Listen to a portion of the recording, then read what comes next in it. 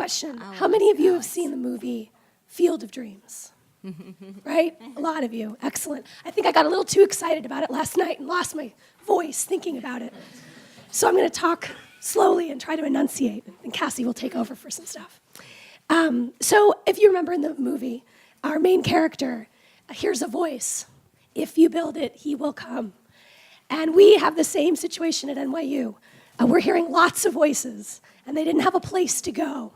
And so we thought, let's give them that place. So we're going to share with you a little bit about how we're using IdeaScale in the higher ed community.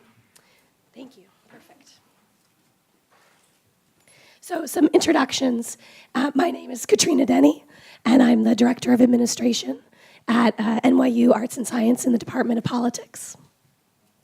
And I'm Cassandra Bizzaro, and I work at NYU Stern, the School of Business. I'm in communications in the undergraduate college. Do we have any NYU alums here? Did anybody go to NYU? Awesome. Yes, We got perfect. One. Good job. Do we have anybody who wanted to go to NYU? I did. I wanted to go to NYU. Perfect. Well, a lot of times when you think about NYU or higher education, you think about the faculty and you think about the students. But today we're going to talk a little bit about the administrators. But first, a little bit about the university. It's a nonprofit, but a public university in the public service. And it's nestled kind of in the heart of Greenwich Village, right by Washington Square Park. But we're also a global university. We have campuses all over the world. And as I said, we're going to be talking about the administrators today. There are about 3,700 administrators just in the New York campus, in addition to our roles in political science and in communications. We also serve on something called the Administrative Management Council. And that is a council that was founded about 50 years ago. They take part in university leadership and governance.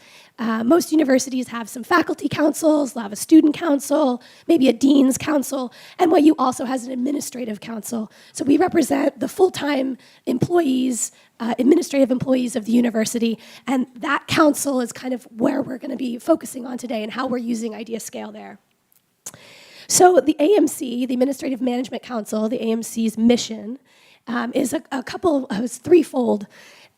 We advocate for the NYU administrator, so sometimes that involves our compensation and benefits committee will come up with some sort of policy or benefit that the administrators want to see enhanced or that doesn't exist and they want the university leadership to look into. We also try to create professional opportunities for growth for our administrators. So another example is we have a professional development committee.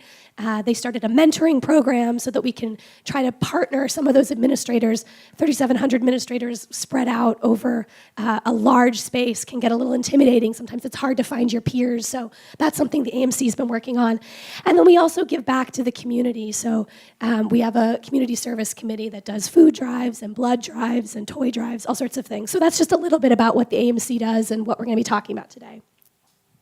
Great. So now you kind of have context for the organization for which we're talking about today.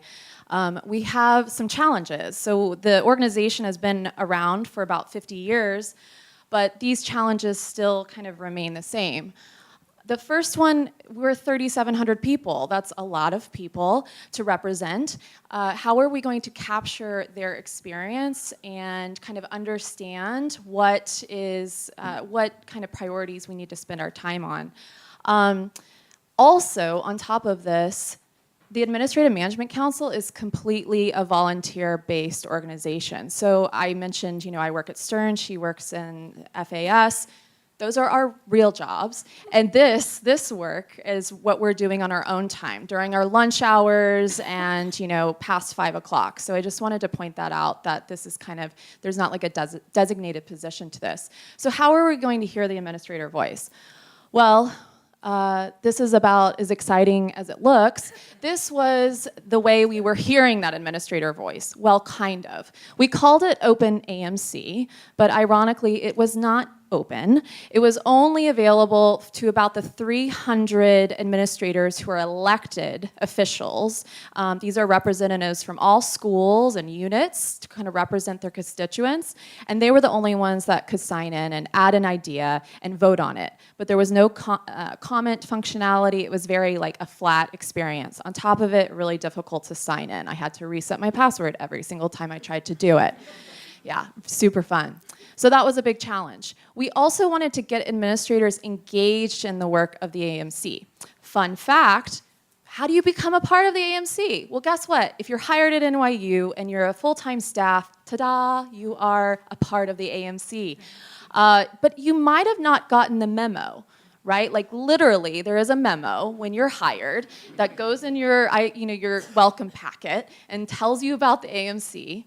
But that's not the best point in time to tell people about this. So you're brand new to a job, you're trying not to get fired, you're trying to pass your 6-month probation. There's a lot on your mind. But we really wanted to get more people engaged that outside of those elected officials, which only make up about 300 people.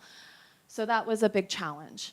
And then building our case. I think we can all relate to this. We're trying to show through quantitative analysis the business case for why we believe in something or we want to change something. So this was critical. A lot of our work is done through committees, and they needed that information to be able to build their case. And I think we can all attest to it. Surveys just don't cut it, right? We have survey fatigue. It kind of is like a multi-step process. You launch the survey, you finally get 10 people to fill it out. No, it's just really hard. Then you have to analyze the results. There's just so much work that goes into that, and it wasn't really working for our team. So we're all at an IdeaScale conference, so I think you know where I'm going with this. Introducing the truly open AMC. We launched this in December of last year, and right out of the gate, you can tell that it's vastly improved from that previous screenshot I showed you. Mobile friendly. We actually turned on the anonymous functionality so that people could, because that was feedback we heard from administrators that are like, this is great that you're going to launch this, but I feel worried about potential blowback for having my name attached to a specific comment or maybe something critical, like a criticism. So we turned that on, but interestingly enough, only about 10 people have gone anonymous to write comments on ideas. And something we noticed among those was that it was really their stories that they didn't want to be identified. So we're working with a lot of benefits related kind of ideas. So if someone wanted to say, I was really ill last year and I had to do this XYZ and my experience was XYZ, that was private information. They didn't want the whole world to know that they had, gone through a health issue. So that's really how we're seeing it being used on this platform so far. So we built it. We made something better. We heard that whisper, that kind of field of dreams, calling out to us, if you build it, they will come. But now we had to, play ball. How are we going to do this? So we had some goals with the platform. And one of those goals was to set the agendas to drive the work. So we wanted to look at those ideas, the cream was rising to the top, but what was bubbling up, and help set the agendas within the AMC, what we're going to tackle. If we have 7 great ideas, how do we decide where we're going to spend our energy? Remember, I told you these are all volunteers. These are just people passionate about working at NYU and improving that experience. So we needed to prioritize and get better at that. So we wanted to use OpenAMC to do that. Another goal of ours was to guide and support the committee priorities. So we wanted them to have the information that they needed and not be spinning their wheels on something that maybe administrators really didn't care about, or maybe it didn't impact as many people as they thought it would. So this was going to help inform that. And the final one, our KPI, or our key performance indicator, is we really wanted to engage 35% unique administrators. And we define engagement by not just logging in and kind of lurking and seeing what's going on. We define engagement by liking or voting up or voting down, commenting, or posting an idea, which we see most administrators are doing the voting. And second to that would be commenting, and third to that is actually posting an idea. So those were our goals. So what happened? We've been doing this almost a year. Let's see what happened. Yeah, so what did we see right away? Well, I'm sure a lot of you can guess or have had this experience. We saw some strong opinions.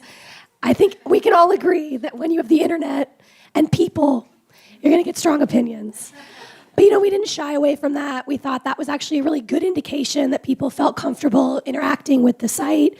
And it was good feedback for us to have. And I guess also a little caveat, we would never necessarily take something directly from this and then pass it on to university administration. This was kind of our brainstorming space, and then we could kind of shave off the rough edges, decide what part we wanted to move forward with. A lot of these ideas would go to a committee afterwards, so this was great. We weren't nervous about strong opinions. We embraced them.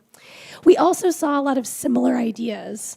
So this also told us something else, and people would phrase things differently, and as you would kind of read down into the comments, you'd realize, oh, these two things are actually connected. So this example, obviously, somebody had posted about flex time and telecommuting. Somebody else posted about summer Fridays. Both of those ideas really spurred a lot of comments and voting. And we were like, this is the same thing. This example in particular was great because we had a newly appointed director of a work-life balance office at NYU.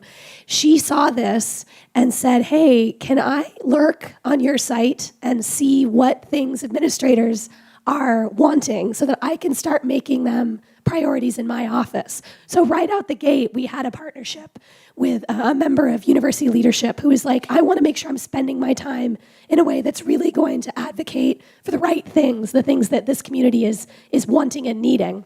So that was great. We also saw some things that weren't things we were going to pursue. Rejects happen. That's a little harsh.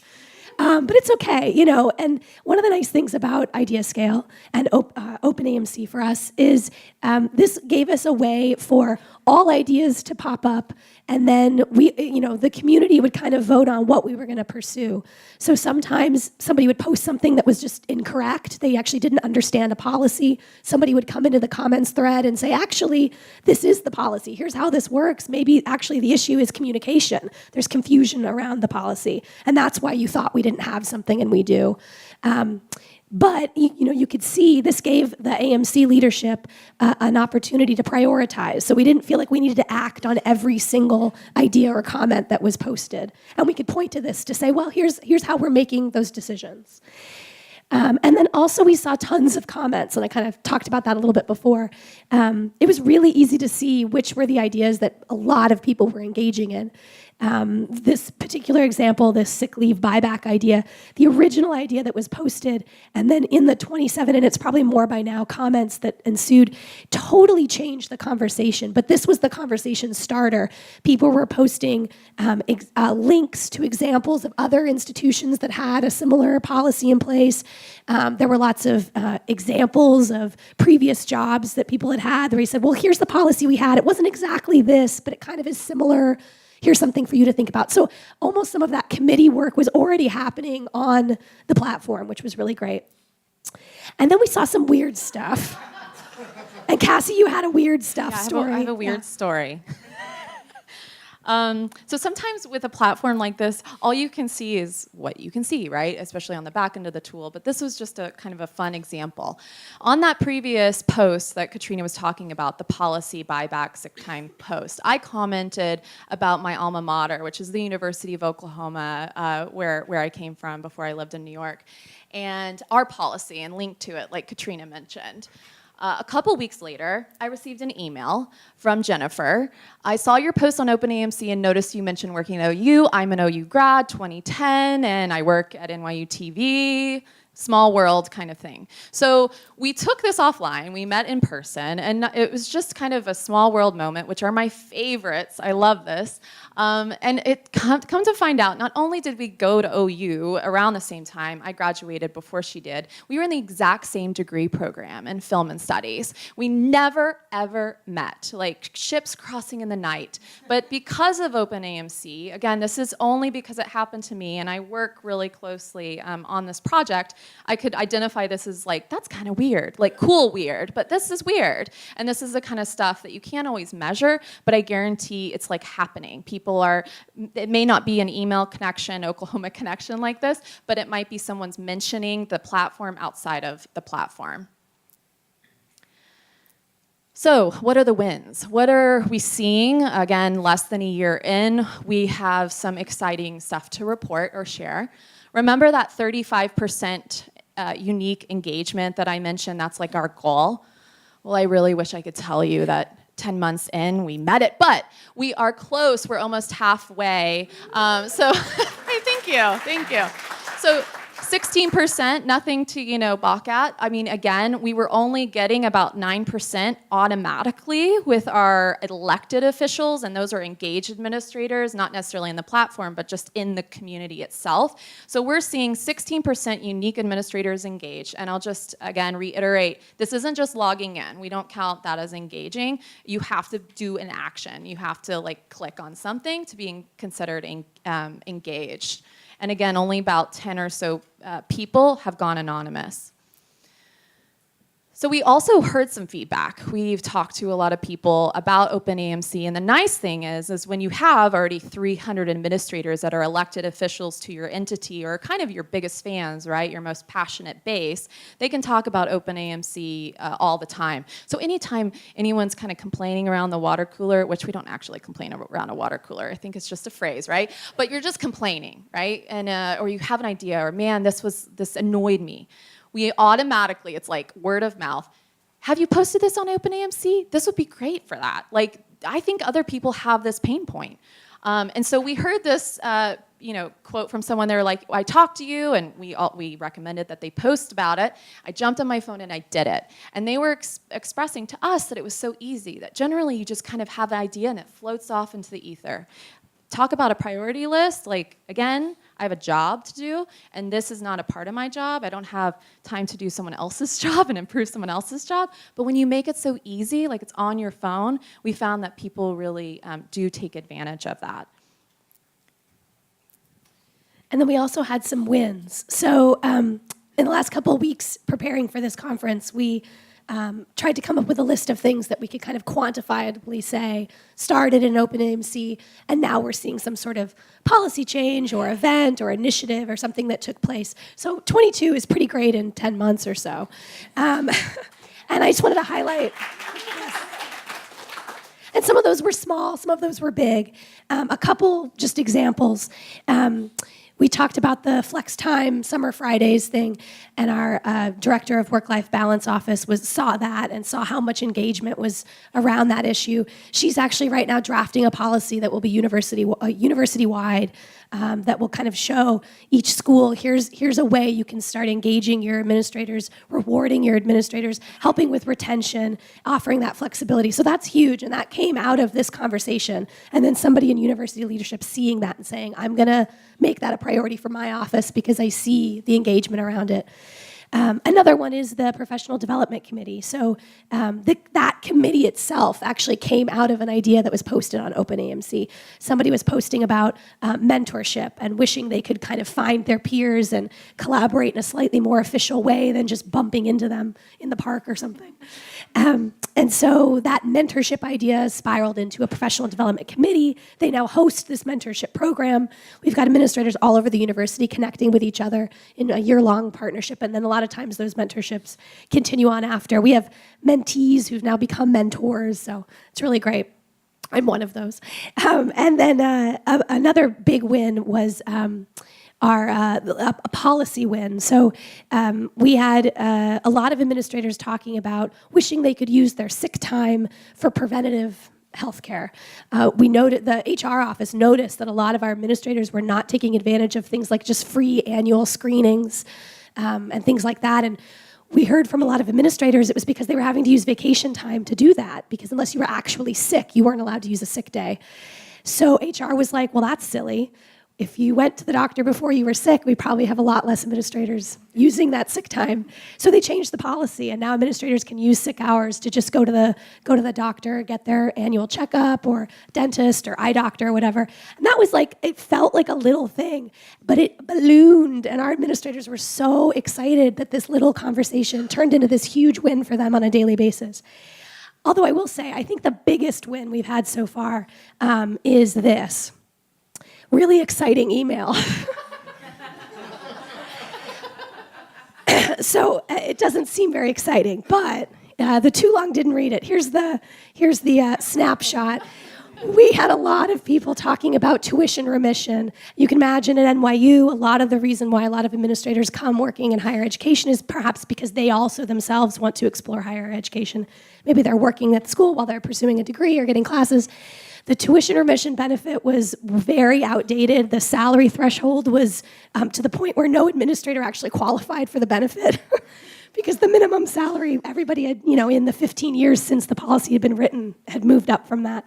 So last week, actually, the provost's office sent out that epic long email, which basically completely changed the benefit, made it possible for employees who are making under 100K, which is the vast majority of our administrators, and especially in the AMC cohort, now qualify for 100% tuition remission, which is huge. That's tens of thousands of dollars a year that the reason perhaps a lot of them came to NYU, they now actually can take advantage of this great thing. So that was huge. We're very excited about that. Yeah, so what does the future look like, Cassie? So the future, we have some big ideas, and we're excited to also talk to a lot of you guys who are doing some of these things as well. So please introduce yourself to us later if you are doing these things and you have best practices around them. We'd love to hear. So more moderation. As Katrina mentioned, this tuition remission, that was a huge announcement. I got, I don't know how many emails, 15 from people saying, finally, it's happening. Like, people were thrilled. But we wanted to make sure we closed the loop within the Open AMC community to make sure that, of course, they probably read the email because it was huge news. Everyone was talking about it. But also inside the system, people really knew that this idea had gotten traction here. A lot of work, many years of work, had been done on this benefit before this, but we are pinning a post, and this is Mike McCaw, our chair. So he's a recognizable face within the AMC. He's the one that sends our monthly emails. And we link to the actual email so people could reference it. So we want to do more moderation. And also what that looks like is having our committee chairs inside of the system. So right now there's only like a handful of us that are moderators, and that's really because we wanted to figure out the system before we could then train other people on what we think is the best way to move forward. So we want to use more moderation and pin updates. We're starting to use workflows, and we're curious how others are also using them, but we are moving ideas from the ideate to the review stage, and review really just means it's gone in committee, it's being considered, and implementation. So ideas inside of it that have been implemented and are kind of closing that loop. And kind of related to that is we got to celebrate the wins and talk about the wins. Like, we're doing it right now, right here, but we need to do this at within NYU so the administrators really see the benefit of this platform, especially for those who haven't gotten engaged with it. We want to hit that 35% goal, right? So one of the ways we're going to do this is we're working on another page inside of our Open AMC that actually just lists all the wins and ties them back to the ideas in the IdeaScale platform. We're also redesigning our monthly email to focus on the Open AMC a bit more. So have a featured idea, or maybe want to see your idea here, and also using the challenges to really refine the work. Because now we really have a better sense, almost a year in, what needs to be done. So with that, we wanted to thank you so much for listening to this. And you can contact Katrina or I at this email alias. It also goes to our other officers, a handful of people, if you have any questions. And I don't know if we have time do we have a couple of minutes for questions? If anybody has, yeah, absolutely. Thank you so much for your presentation. It was very insightful. I really appreciate it. And just have two questions. One is really easy. The 35% in terms of how was that number determined as a target? It was good to see a target. That's the first question. And then the second, off the platform, you alluded to the committee. So I really want to know a little bit more about how the committee was involved. Thank you. Do you want to start? I'll start with the number. So my background is in communications, that's my day-to-day job.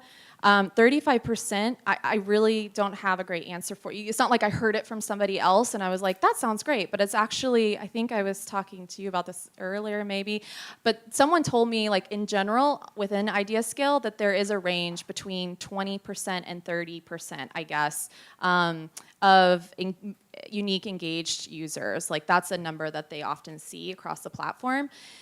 And so that's good to know. We're not too far away from that.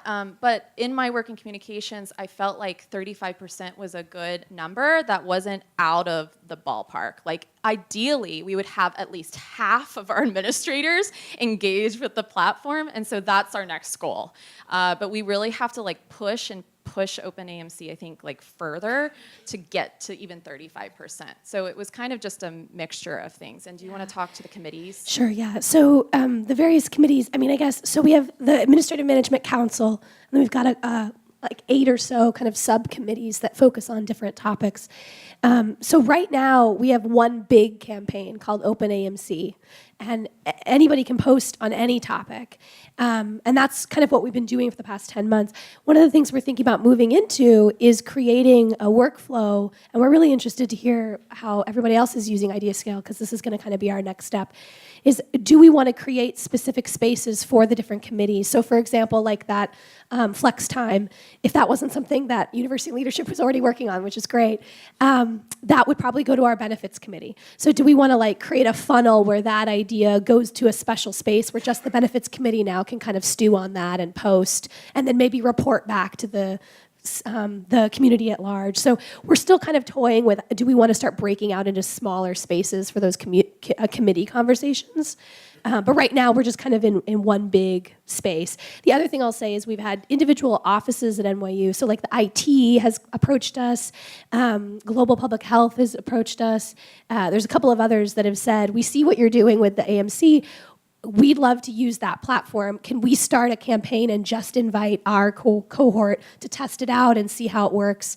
So we might be kind of breaking off. There's also different university initiatives where leadership says, we're really interested in creating ideas around sustainability or affordability. Can we create a space with just that theme or that question? So those are things we're kind of thinking about in the future. I would also just add to that we are using tags. So the tags in the system are the committee tags. And so that's how we're forcing them. No one can create their own tags.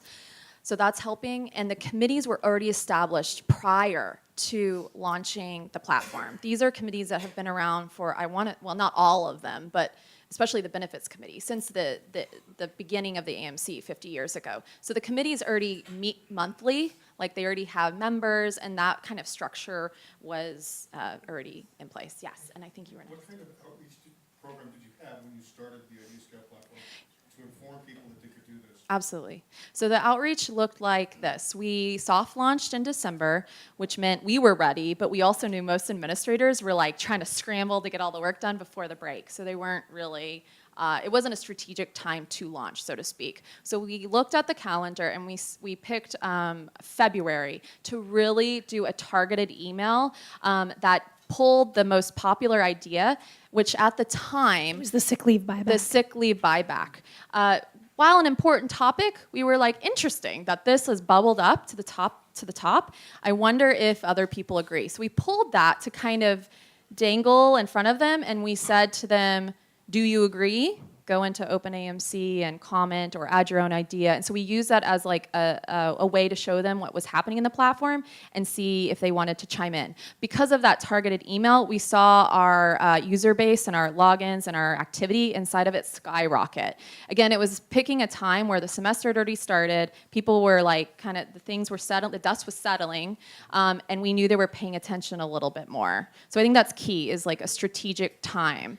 More than that, every meeting, we have a monthly meeting, we're mentioning it, but it's up until this point, which we're gearing up for another kind of campaign to promote it, it's been more passive a little bit, like it's included in emails, but we're also doing the digest where they get a weekly kind of rundown, which does help. One of the things that we did is you can reach into the API with an IdeaScale. You could pull the top 5 voted on ideas and post it to your intranet homepage. So it's a splash screen. We noticed a big bump in overall activity. That's a great idea. That's awesome. Thank you. In the API, Within the API for IdeaScale, you have the ability to pull directly information from the system and then push it to your intranet page. So not everybody's going to log into IdeaScale, so we said everybody's going to log into the intranet page because that's how they gain information on the organization. So on the home screen of the intranet page, we posted the top 5 voted ideas for that month. And that actually boosted our overall participation in IdeaScale. Following that, we had a 15 to 20% bump in activity after we implemented that feature.